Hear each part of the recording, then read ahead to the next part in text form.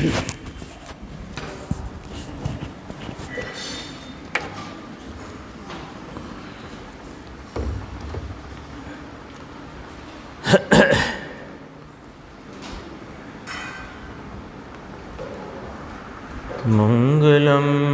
भगवान वीरो मंगलम गौतमो गणी मंगलम कुंद कुंदार्यो जैन धर्मोस्तु मंगलम सर्वमंगल मांगल्यम सर्वकल्याणकारकम प्रधानं सर्वधर्माणां जैनं जयतु शासनम्।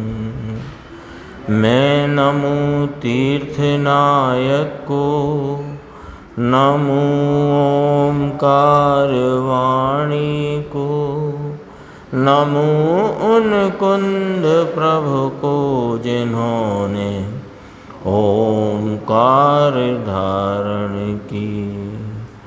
अहो उपकार जिनवर का, कुंद का दिव्य वाणी का, जिन कुंद ध्वनि दाता उन कहान स्वामी का। रमयूण जिणम वीरम अनंत वर्णान दंसन सहाबम भोक्षामिणियम सारम केवली शुद्ध केवली भणिदम। नियम सार जी की अपनी स्वाध्याय का क्रम चल रहा है और उसमें शुद्ध उपयोग अधिकार की 177 गाथा और उसके उपरांत 296 नंबर का कलश, उस पर अपन आज चर्चा करेंगे। और अभी जो अपन समय सार परमागम के सर्व विशुद्ध ज्ञान अधिकार में जो 10 गाथाएँ आई हैं 356 से 365, उस पर जो गाथाओं के क्रम से चौथा और टीका के क्रम से तीसरा अपोहक का बोल यहाँ पर चला। ये थोड़ा सा सूक्ष्म है, गुरुदेव श्री ने भी फरमाया इसमें थोड़ी अपने को समझने में एक पॉइंट सही पकड़ना है तो पूरी बात सही पकड़ में आती है। जैसे अपन पीछे जो चर्चा आ चुकी है कि यह आत्मा ज्ञान स्वरूप है, तो ज्ञान स्वरूप होने से ये पर द्रव्यादि पदार्थों को जानता है, पुद्गलादि पर द्रव्यों को जानता है, ये व्यवहार है। और इस व्यवहार में यह विचार किया जाए कि आत्मा पुद्गलादि पर द्रव्य का है कि नहीं है, किसका है, तो विचार करने पर यह स्पष्ट होता है कि जिसका जो होता है वह वही होता है ना। जेनु जे होए ते तेज होए छे। तो यदि वह आत्मा यदि पुद्गलादि द्रव्य का है तो स्वद्रव्य का उच्छेद हुआ, और स्वद्रव्य का उच्छेद यानी किसी द्रव्य का उच्छेद तो होता नहीं। इसलिए यह निर्णय हुआ कि ज्ञायक ज्ञायक का ही है। तब कहा कि ज्ञायक ज्ञायक का ही है, ऐसे स्वयं स्वामी संबंध रूप व्यवहार से भी क्या साध्य है, कुछ भी साध्य नहीं। तो अपना फिर अंत में यह निर्णय आया कि ज्ञायक ज्ञायक ही है। अब आपको लगेगा कि चर्चा तो हो ही गई थी, फिर दोबारा क्यों करी, क्योंकि ये तर्ज बनाने करी। जैसे वो निर्देश नहीं आए तो भजन गाना हो ना, वो विधान की पंक्तियाँ, तो भजन कोई भजन की 4 पंक्ति बोलते हैं तर्ज बनाने को, तो ये अपने को अपोहक की तर्ज बनाना है। अब समझना जरा है। तो यहाँ कहा कि आत्मा पर द्रव्यादि का अपोहक नाम त्याजक नाम त्याग करने वाला है, ऐसा जो व्यवहार है उस व्यवहार में हम यह विचार करते हैं कि यह जो आत्मा पर द्रव्यादि का त्याग करने वाला का जो व्यवहार कथन है, तो इस व्यवहार में वो पर द्रव्यादि जिनका वो त्याग करने वाला है उनका है कि नहीं, ये आत्मा उनका है कि नहीं, कि उनका तो नहीं है, क्योंकि यदि वह उनका हो तो वह वही होए। यदि रस का त्याग करने वाला, कंदमूल का त्याग करने वाला, वस्त्र का त्याग करने वाला, घर मकान का त्याग करने वाला, तो और राग भी इसी में डाल दो, राग का त्याग करने वाला, तो वो ही होए, तो वह तो फिर इसमें तो आत्मा का उच्छेद हो गया। तो आत्मा का उच्छेद तो हो सकता नहीं। क्यों नहीं हो सकता? क्योंकि किसी भी द्रव्य का उच्छेद हो सके ऐसा वस्तु का स्वरूप नहीं। तो फिर ये त्याग करने वाला किसका है? त्याग करने वाले का नाम यहाँ रखा गया अपोहक, है ना। तो अपोहक नाम रखा है इसका। इसको अपन कहेंगे त्याग करने वाला, अपनी जो भाषा है ना बोलचाल की। तो त्याग करने वाला किसका? त्याग करने वाला त्याग करने वाले का है कि त्याज्य वस्तु का है। उसको यहाँ शब्द लिया अपोह, ये अपोहक और वो अपोह है। ऐसे अपन अब अपनी भाषा बना लेते हैं, ये त्याजक और वो त्याज्य। तो ये त्याजक त्याज्य का है कि नहीं है? तो कहा ये त्याजक त्याज्य का नहीं हो सकता कि जैनु जे होए ते तेज होए। तो ये त्याजक यदि वह त्याज्य पदार्थ का, रस का, कंदमूल का, हरी पत्ती सब्जी का, इसका होए तो आत्मा ही हरी पत्ती सब्जी और रस हो जाए, तो ऐसा तो होता नहीं। तो फिर किसका है? कि त्याग करने वाला त्याग करने वाले का है। इसलिए यह आत्मा त्याजक ही है, अपोहक ही है, ऐसा यहाँ निर्णय करना है कि यह कराया गया है। अब अपन थोड़ा विचार इस प्रकार करते हैं कि यहाँ तो आप कह रहे हो कि आत्मा त्यागो उपादान शून्यत्व स्वरूप है, ठीक है ना। त्यागो उपादान शून्यत्व स्वरूप का अर्थ ही ये है कि आत्मा त्याग स्वरूप है। अब यहाँ ऐसे समझना, एक महीने पहले एक समय सार की परिचर्चा में ये विषय चलता था। उसमें उस परिचर्चा में सम्मिलित जो विद्वान थे वे इस बारे में बड़े संशय की स्थिति में थे कि गुरुदेव तो फरमाते हैं कि ये, और टीका में भी कहा गया कि ये तो पर के ये तो त्याग के अभाव स्वरूप है, फिर इसे त्याजक कैसे कह रहे हो? ये तो त्याग के अभाव स्वरूप कहा जा रहा है, फिर इसे त्याजक क्यों कह रहे हो? कि सुनो भैया, इसमें पर के त्याग के अभाव स्वभाव वाला है, स्वयं तो त्याग स्वरूप है, तब तो इसका नाम अपोहक कहा, तब तो इसको त्याजक कहा, तब तो त्याग करने वाला कहा। जैसे ज्ञान करने वाला होने से ज्ञायक है, अवलोकन करने वाला, श्रद्धा करने वाला होने से दर्शक है, ऐसे ये अन्य वस्तुओं के त्याग स्वरूप है। तो ग्रहण किया हो तो त्याग करे, लेकिन ये ग्रहण नहीं करता, त्याग नहीं करता, त्याग स्वरूप है। तो त्याग स्वरूप है में अब दूसरी पंक्ति क्या बनी? पहली पंक्ति पहला पॉइंट, ये पॉइंट पकड़ा तो ये वाला बोल समझ में आएगा। ये वाला पॉइंट कि ये आत्मा त्याग स्वरूप है। भाई साहब, ये त्याग स्वरूप है क्योंकि ये चारित्र का बोल है, ये बोल चारित्र का है। तो त्याग स्वरूप है तो कहा त्याग के अभाव स्वरूप है कि सुनो, पर के त्याग के अभाव स्वभाव वाला है। तो पर का त्याग का अभाव का स्वभाव है इसका, लेकिन स्वयं तो त्याग स्वभावी है, स्वयं त्याग स्वभावी है। ये बात पकड़ोगे तो वो अभी अपन चर्चा करते थे कि त्यागो उपादान शून्यत्व शक्ति स्वरूप है। तो देखो वह जो त्यागो उपादान शून्यत्व शक्ति का जो कहा, वह इस प्रकार कहा कि ये, अब इसमें त्याग बाद में लेना, पहले ग्रहण लो कि ग्रहण और त्याग के से शून्य है।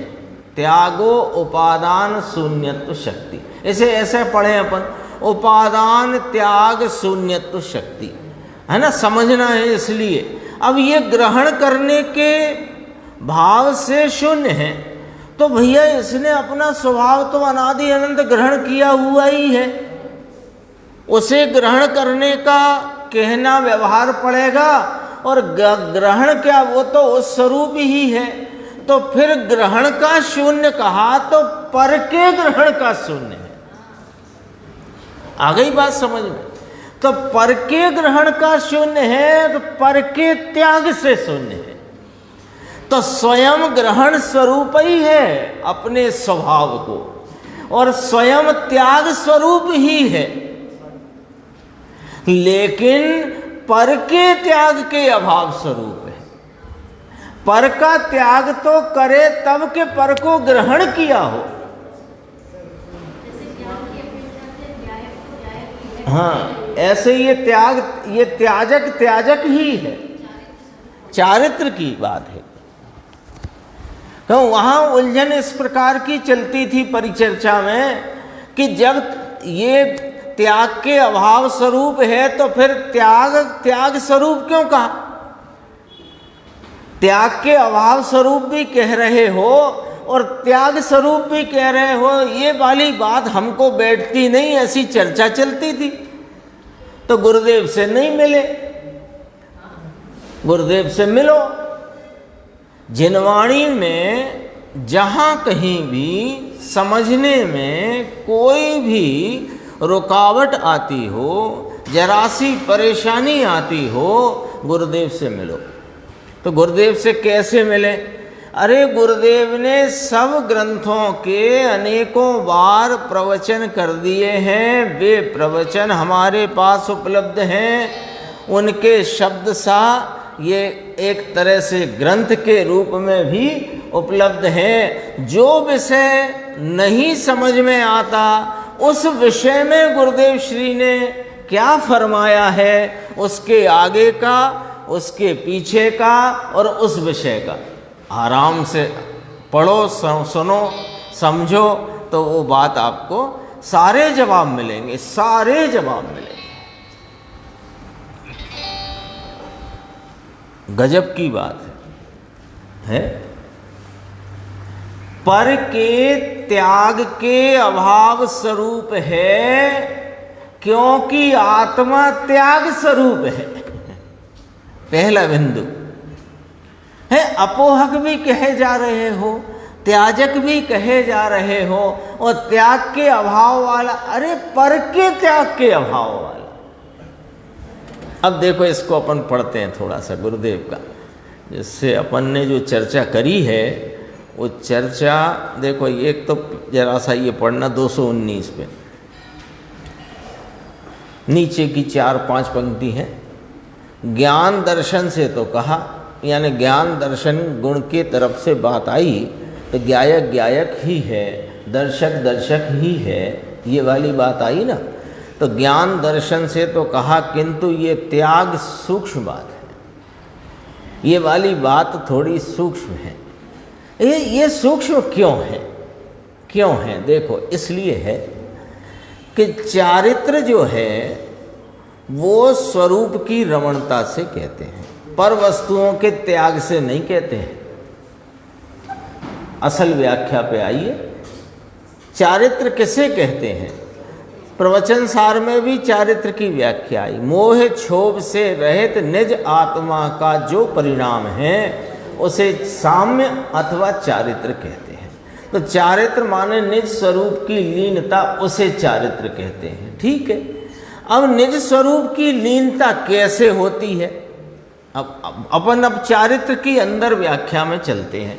निज स्वरूप की लीनता कैसे होती है कि जब यह उपयोग पर सन्मुखता को त्याग कर स्वरूप सन्मुख रहता है, होता है, तब स्वरूप की रमणता लीनता होती है। इसका नाम चारित्र है। तो इसमें क्या क्रिया हुई कि स्वरूप की रमणता हुई। तो कैसे हुई स्वरूप की रमणता साधक को? कि बाह्य वृत्ति को त्याग कर, किस आ गया ना, त्याग आ गया चारित्र में। चारित्र की व्याख्या में त्याग आ गया कि नहीं आ गया? अपने आप आ गया कि चारित्र किसे कहा? स्वरूप रमणता को चारित्र कहा। उपयोग स्वरूप में कैसे रमेगा साधक का? कि बाह्य वृत्ति को त्यागेगा तब रमेगा ना। तो बाह्य वृत्ति का त्याग आ गया कि नहीं आ गया? आ गया। तो बाह्य वृत्ति के त्याग को व्यवहार करने जाओगे तो उन निमित्तों के त्याग की बात आएगी। व्यवहार से कथन करेंगे, क्योंकि वो बाह्य वृत्ति छोड़ी। तो बाह्य वृत्ति छोड़ी माने बाह्य वस्तुओं का, पदार्थों का, भावों का लक्ष्य छोड़ा। तो जिनका लक्ष्य छोड़ा वे निमित्त कहलाए उस त्याग भाव के। तो वो रस छोड़ा, कंदमूल छोड़ा, घर छोड़ा, स्त्री छोड़ी, मकान छोड़ा, जमीन छोड़ी, ये त्याग किया ना। तो ये दरअसल में वो निमित्त रूप वस्तुएं हैं। तो उनका त्याग कहने में आता है, लेकिन उनके त्याग के अभाव स्वभाव वाला है आत्मा। क्यों? कि उन निमित्त रूप वस्तुओं को इसने कभी ग्रहण किया ही नहीं था। तो भी त्याग स्वरूप कहलाया। त्याग स्वरूप कैसे कहलाया? कि ये चारित्र स्वरूप है। चारित्र स्वरूप होने से त्याग स्वरूप है। चारित्र स्वरूप से त्याग स्वरूप कैसे घटित हुआ? अभी अपन ने बात करी कि चारित्र माने स्वरूप की लीनता, स्वरूप इसका स्वरूप है। स्वरूप में रमणता ही इसका स्वभाव है, और स्वरूप में रमणता नहीं होना इसको विभाव है। तो विभाव का त्याग हुआ कि नहीं हुआ स्वभाव रूप परिणमन में? तो इसलिए ये आत्मा त्याग स्वरूप है, लेकिन स्वयं त्याग स्वरूप है और पर के त्याग के अभाव स्वरूप है। क्या गजब का बोल है। अंदर अर्थ बहुत गहरा है इसमें। देखो गुरुदेव फरमाते हैं, इसने स्त्री का त्याग किया, लक्ष्मी का त्याग किया, इतने रस का त्याग किया। ये स्वरूप में नहीं है, क्योंकि ये वस्तु ही स्वरूप में नहीं है, तो उसका त्याग कैसे स्वरूप में होगा? अब आगे चलते हैं जरा अपन। ये पलटते हुए दिख गई थी मुझे पंक्ति, पढ़ना है। वो अपना पेज है 222, नीचे की 3 पंक्ति छोड़कर जो पैराग्राफ है उसमें अपन ने जितनी चर्चा की है उसका भाव यहाँ अपन को गुरुदेव श्री के शब्दों में मिलेगा। देखिए, जैसे आत्मा का ज्ञान होने से ज्ञान वह आत्मा ही है। ये भी तर्ज बनाई गुरुदेव ने, आ गई ना। आचार्य भगवान ने भी टीका में ली, जिसका जो होता है वह ही होता है। जिसका जो होता है वह ही होता है। आत्मा का ज्ञान है वही है, आत्मा ही है। ऐसे पर का त्याग करे, ये इसका होए तो उस रूप हो जाए। चेतयिता यदि पुद्गलादि का होए तो चेतयिता वह पुद्गलादि ही होए। तेनु ते जैनु जे होए ते तेज होए। अर्थात चेतयिता पुद्गलादि स्वरूप ही होना चाहिए। ऐसा होने से चेतयिता के स्वद्रव्य का उच्छेद होता है। अब देखो क्या क्या फरमान। पर के त्याग करने वाले का, त्याग करने वाला, त्याग करने वाला, त्याग करने वाले का होए, त्याग जिसका किया गया उसका होए, तो अपना अभाव होकर पररूप हो जाए, कंदमूल हो जाए, वस्त्र हो जाए, घर हो जाए। तो अपना नाश हो गया। तो पर के, अब देखना ये पंक्ति बहुत गंभीर है। पर के त्याग के स्वभाव से अभाव रूप तो रहा नहीं है। इसे ऐसे पढ़ लो, पर के त्याग के अभाव रूप स्वभाव से तो रहा नहीं है, पर के त्याग के स्वभाव रूप हो गया। क्या बात है! ओहो, एक एक बिंदु आचार्य भगवंतों का। तब गुरुदेव कहते हैं अमृत चंद्र ने अमृत बहेवाड़ा छे, अमृत बहाया है। अमृत चंद्र आचार्य अमृत बहाया है। अमृत किसे कहते हैं उसकी व्याख्या एक दिन आई थी। अमृत माने जो स्वयं नहीं मरता और जिससे अन्न नहीं मरता, उसका नाम अमृत होता है। ये आई थी अपने उपाय उपेय अधिकार की परिशिष्ट के अंतिम कलश में व्याख्या आई थी। अमृत अब शब्द में ही है, जो स्वयं नहीं मरता और जिससे अन्न नहीं मरे, इसका नाम अमृत होता है। ऐसा अमृत यानी जो स्वयं ने पिया अमृत चंद्राचार्य ने, तो स्वयं इस अमर स्वरूप आत्मा का आलम्बन और आस्वादन और लीनता करी। और जिनने इनके अमृत को पिया, पिया किसने? जिसने समझा सो पिया। जिसने पिया वो भी अमर आत्मा का हो गया। ऐसा है, देखो, पर के त्याग के स्वभाव रूप हो गया। तो पर के त्याग के स्वभाव रूप हो गया तो पर हो गया। जैनु जे होए ते तेज होए, ये आत्मा रहा नहीं। बहुत सूक्ष्म बात है। ये तो बाहर के त्याग के ऊपर पूरा प्रमाण निकालता है ना। सारे धर्मात्मा का सर्टिफिकेट बाहर के त्याग पर से निकाला जाता है। अंतर में क्या चीज है? अरे अंतर से ही ये त्याग स्वरूप पर के त्याग के अभाव स्वभाव वाला है। ये पॉइंट पकड़ना है। गजब की बात है। अरे इसका क्या स्वरूप है? कौन का जो नियम सार में चल रहा है, कारण परम तत्व। इसलिए जोड़ देता हूं कि अभी साथ ही चलना है तो जुड़ के ही चलो। कारण परम तत्व जिसका आलम्बन लेने से ये परिणति में आनंद शांति का कार्य होकर के परिपूर्ण सिद्ध रूप कार्य परमात्म तत्व की प्राप्ति होती है। वह कारण परम तत्व क्या है, उसका क्या स्वरूप है, ये चर्चा अपनी चल रही है 177 गाथा नियम सारजी परमागम में। तो अपन अब वहीं चलते हैं। देखो, इसमें आचार्य कुंद भगवान ने इस कारण परम तत्व की व्याख्या करते हुए जो बोल कहे हैं वो अपन देखते हैं। देखो थोड़ा 283 पर हरि गीत। कर्माष्ट वर्जित परम जन्म, जरा मरण विहीन शुद्ध छे, ज्ञानादि चार स्वभाव छे, अक्षय अनास अछेद्य छे। देखो अपनी कहाँ तक चर्चा आ गई थी कि यह जो कारण तत्व, यह कारण परमात्मा यानी कि मैं हूँ, जो मेरा स्वरूप है, वह संसार के अभाव के कारण यानी संसार के अभाव स्वरूप होने के कारण जन्म जरा और मरण से रहित है। एक बिंदु तो ये आया था। फिर कहा था कि ये परम पारिणामिक भाव स्वरूप है।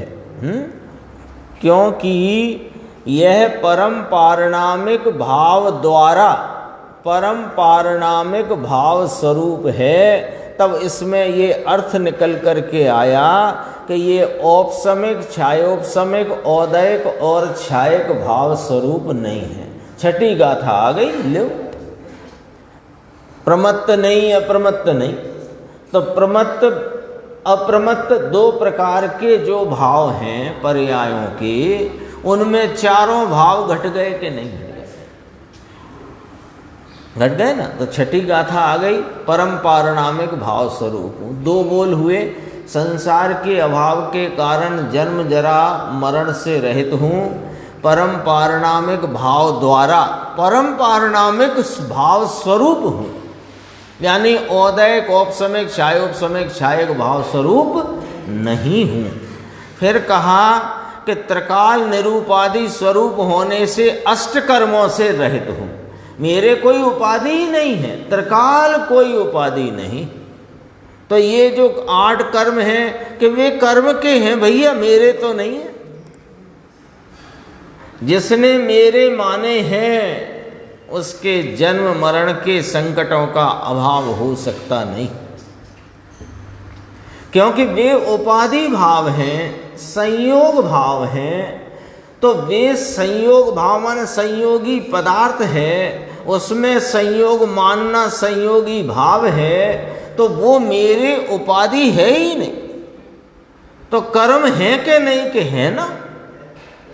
तो किसके हैं कि कर्म के हैं, मेरे नहीं। तो यह त्रिकाल निरूपादि स्वरूप होने से अष्ट कर्मों से रहित है और द्रव्य कर्म भाव कर्म से रहित होने से शुद्ध है। और सहज ज्ञान, सहज दर्शन, सहज चारित्र, सहज वीर या चित्त शक्ति स्वरूप होने से ये सहज चतुष्टय स्वरूप है। भगवान को तो अनंत चतुष्टय प्रकट हुए ना, उनको तो प्रकट हुए हैं। यहां तो मैं स्वभाव से चतुष्टय स्वरूप हूं। वे प्रकट काय में से हुए मुन्ना लाल जी भाई साहब, इस स्वभाव में से प्रकट हुए हैं। प्राप्त की प्राप्ति होती है। वो गुरुदेव का उदाहरण है लींडी पीपर का। तो यहां है तो प्रकटा है ना। तो मैं कब हूं सहज चतुष्टय स्वरूप? अभी। अभी का अर्थ निरंतर वर्तमान। इतनी बात अपनी हो गई थी। अब अक्षय, अनास, अच्छेद ये वाले बिंदु अपन को देखना है गुरुदेव श्री की व्याख्या के द्वारा।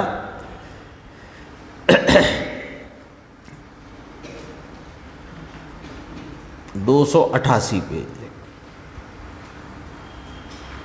नीचे से दूसरा पैराग्राफ। कहा ये सादी शांत, ये शरीर है ना, तो सादी शांत किसको कहा? विजातीय विभाव व्यंजन पर्याय को सादी शांत कहा। ये थोड़ा समझना बात को। विभाव, विजातीय विभाव व्यंजन पर्याय को यहाँ सादी शांत कहा। अब समझना, यहाँ विभाव व्यंजन पर्याय कहा तो स्वभाव व्यंजन पर्याय किसको कहा? कि सिद्ध भगवंतों की जो पर्याय है कौन सी? उनके प्रदेशत्व गुण की जो पर्याय है वो स्वभाव व्यंजन पर्याय है। और संसार में परिभ्रमण करते हुए साधक बाधक जीवों की जो पर्याय है वो विभाव व्यंजन पर्याय है ना। उसको सादी शांत विभाव व्यंजन पर्याय है तो विजातीय कहा। विजातीय कहने में और विभाव कहने में कोई दिक्कत नहीं है। विभाव को ही विजातीय कहा, स्वजातीय नहीं ना। स्वभाव स्वरूप कहो कि स्वजातीय कहो, विभाव स्वरूप कहो कि विजातीय कहो, ठीक है। अब सादी शांत क्यों लिया इसको? अब बात ये है, ये तो अनादि से ये जीव के प्रदेशत्व गुण सदैव रहा है और उसका सदैव परिणमन रहा है और विभाव व्यंजन पर्याय रूप ही रहा है अनादि से, फिर भी इसको सादी शांत क्यों कहा? ये विचार करना है अपने को। भाई भगवान सिद्ध परमात्मा हुए तो उसे हम कह देंगे सादी अनंत स्वभाव व्यंजन पर्याय।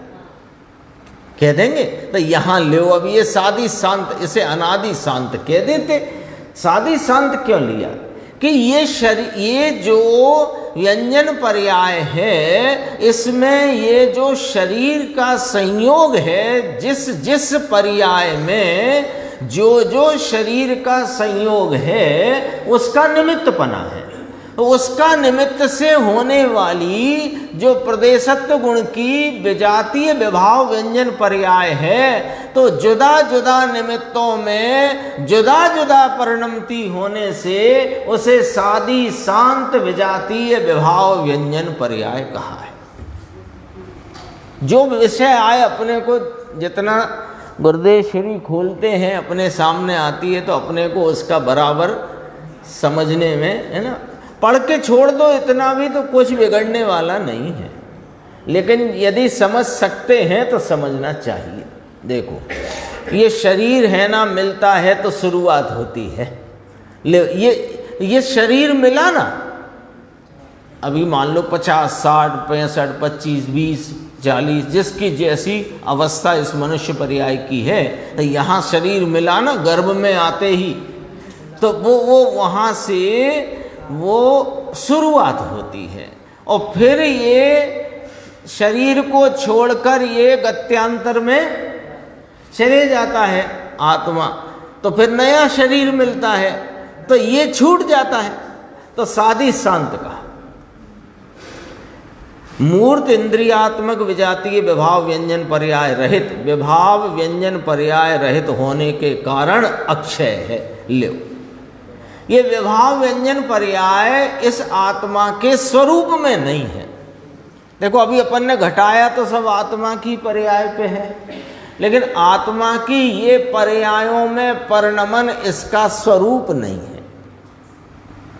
इसलिए तो ये सादी शांतपना इसका स्वरूप नहीं है, इसलिए ये अक्षय है, ये आत्मा। व्याख्याओं का तो भाई ऐसा ही है।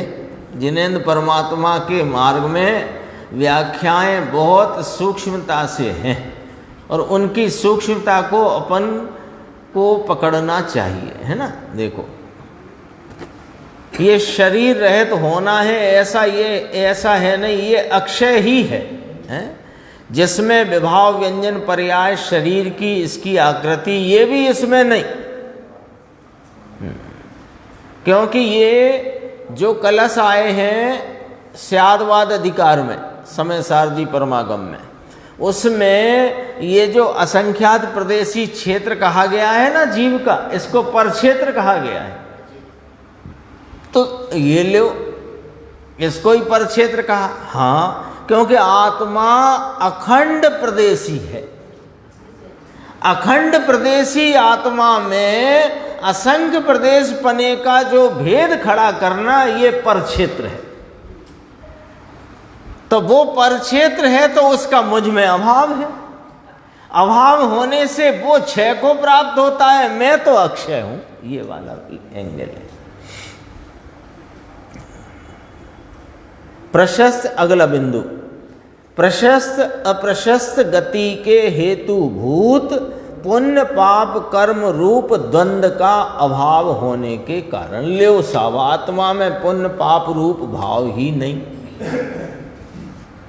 क्यों नहीं? वे कौन है पुण्य पाप? कर्म माने कार्य ले लो यहाँ, है ना। भाव कर्म कह सकते हैं, पुण्य पाप कार्य ले लो। तो पुण्य पाप कर्म रूप द्वंद्व, द्वंद्व माने दोपना, इन दोनों भावों का द्वंद्व यहाँ आत्मा में नहीं। कौन है ये? कि प्रशस्त और अप्रशस्त गति के कारणभूत हेतुभूत निमित्त हैं। प्रशस्त गति कौन कौन सी आई निर्देश भाई? देव मनुष्य, और अप्रशस्त में नरक त्रियंश, है ना। बस तो ये क्यों प्राप्त हो रही है जीव को अनादि से? कि पुण्य पाप के परिणमन के कारण। तो पुण्य पाप रूप जो भाव है वो आत्मा का है कि नहीं? कि नहीं। यदि आत्मा का होता तो ये फिर गतियों में ही घूमता, छूटता ही नहीं कभी। बोलो कैसे, फिर कैसे छूटता यदि इसका ही भाव होता तो? हाँ।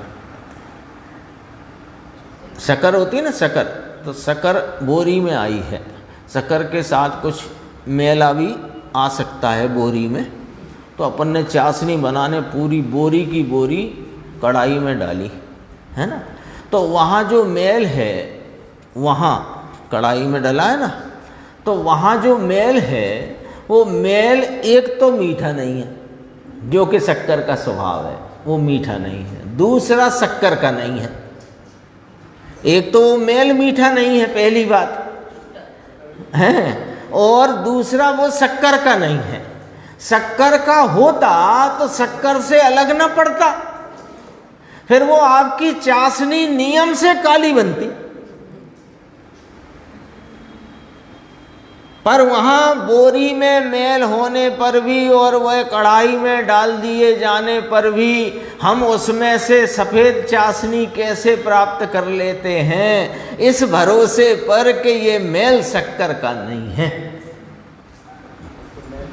मेल मेल का है, शक्कर का नहीं।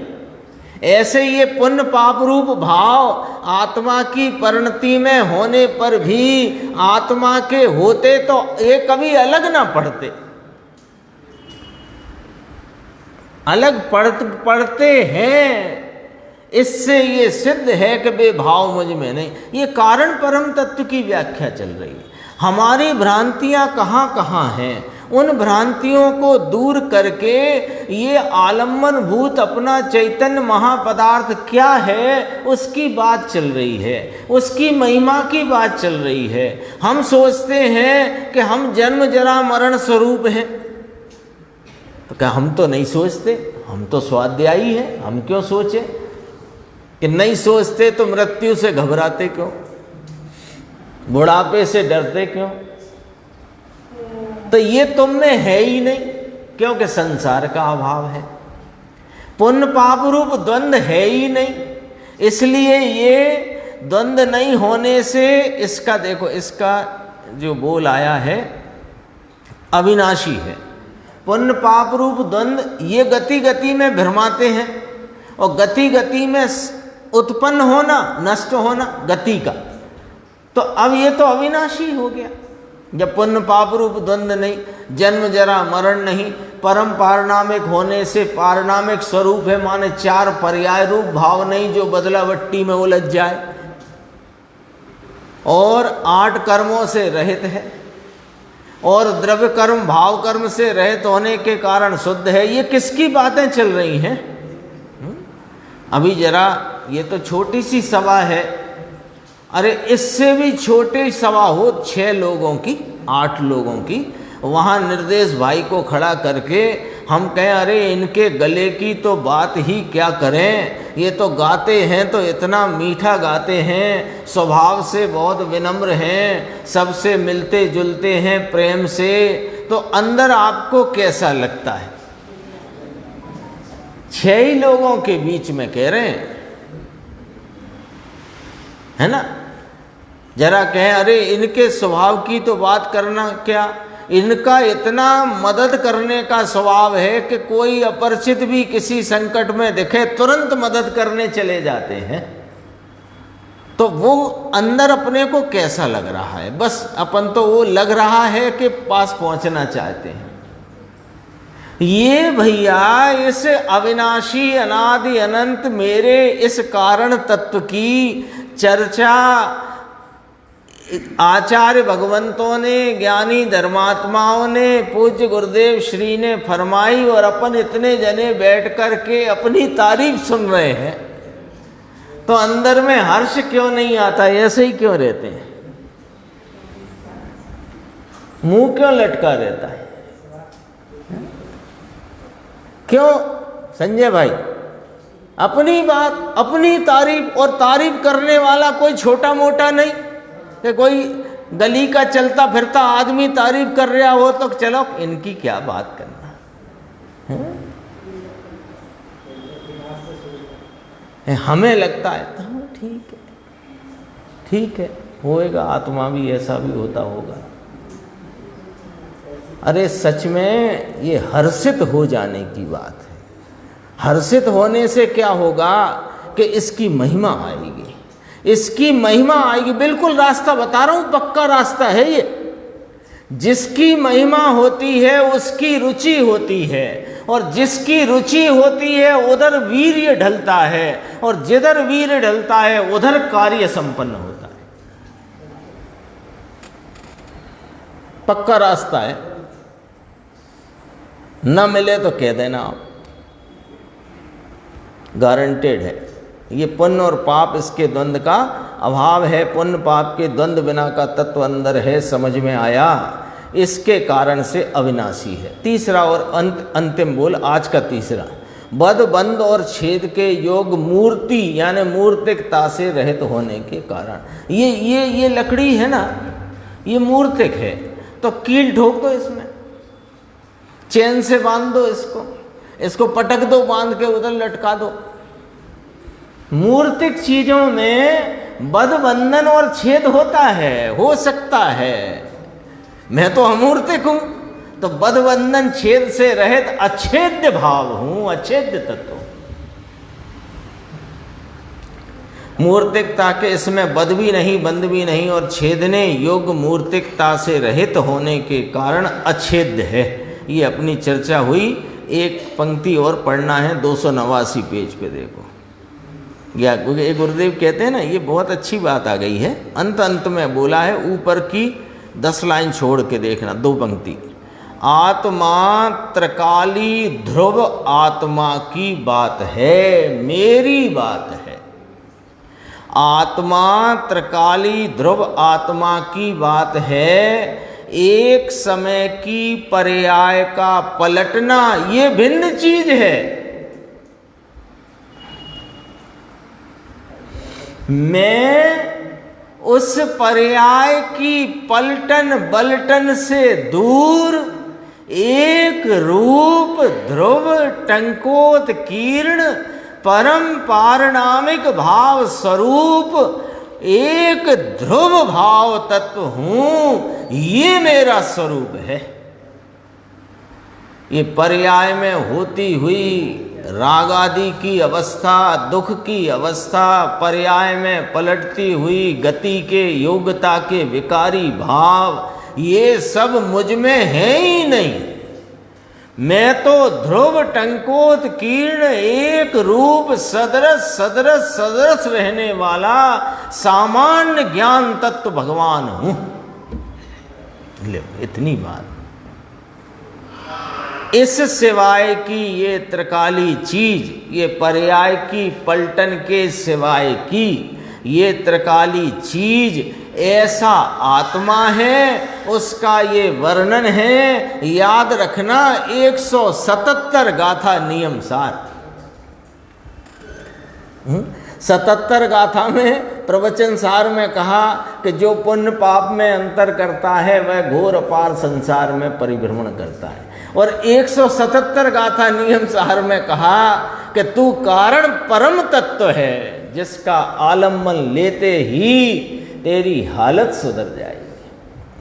है ना, ये गजब की बात है। इसमें अब जो कलश कहा गया है वहाँ अपन चलते हैं। 290। अविचलितम खंड ज्ञानम द्वंद्वनिष्ठम निखिल दुरित दुर्ग व्रात दावाग्नि रूपम भज भजसि निजोत्थम दिव्य शर्मामृतम त्वयं सकल विमल बोधस्ते भवतीव तस्मात्। थोड़ा सा श्लोकार्थ पढ़ लेते हैं। देखो, अविचल अखंड ज्ञान रूप अद्वंद्व निष्ठ, यानी राग द्वेष आदि द्वंद्व में नहीं रहा हुआ, और समस्त पाप के दुस्तर समूह को जलाने में दावा नल के समान ऐसे स्वयं उत्पन्न यानी अपने से उत्पन्न होते दिव्य सुखामृत को, देखो दिव्य सुखामृत स्वभावी आत्म तत्व को, क्योंकि ये कलश कहाँ कहा गया, कारण परम तत्व की व्याख्या के उपरांत, तो ये व्याख्या भी कारण परम तत्व की व्याख्या है, ठीक है ना। कैसा, अविचल, अविचल माने अपने स्वभाव से चलायमान होता नहीं, अखंड ज्ञान रूप, खंड खंड ज्ञान मेरा स्वरूप नहीं, ये क्षयोपशम ज्ञान का एक एक समय में वर्तता परिणाम ये मेरा स्वरूप नहीं, मैं अखंड ज्ञान स्वरूप। फिर अद्वंद निष्ठ, द्वंद्व में ना रहा हुआ यानी एकत्व स्वरूप।